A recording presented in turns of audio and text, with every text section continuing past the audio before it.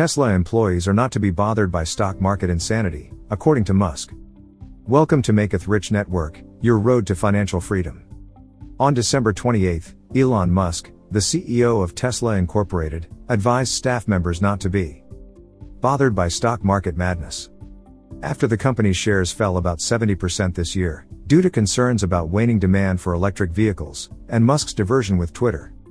He expressed his opinion that Tesla will eventually be the most valuable business on the planet. In an email to the team that was issued on Wednesday and examined by Maketh Rich. After the manufacturer gave discounts to its automobiles in China and the US, he also pushed staff to strive hard to deliver cars before the end of this quarter.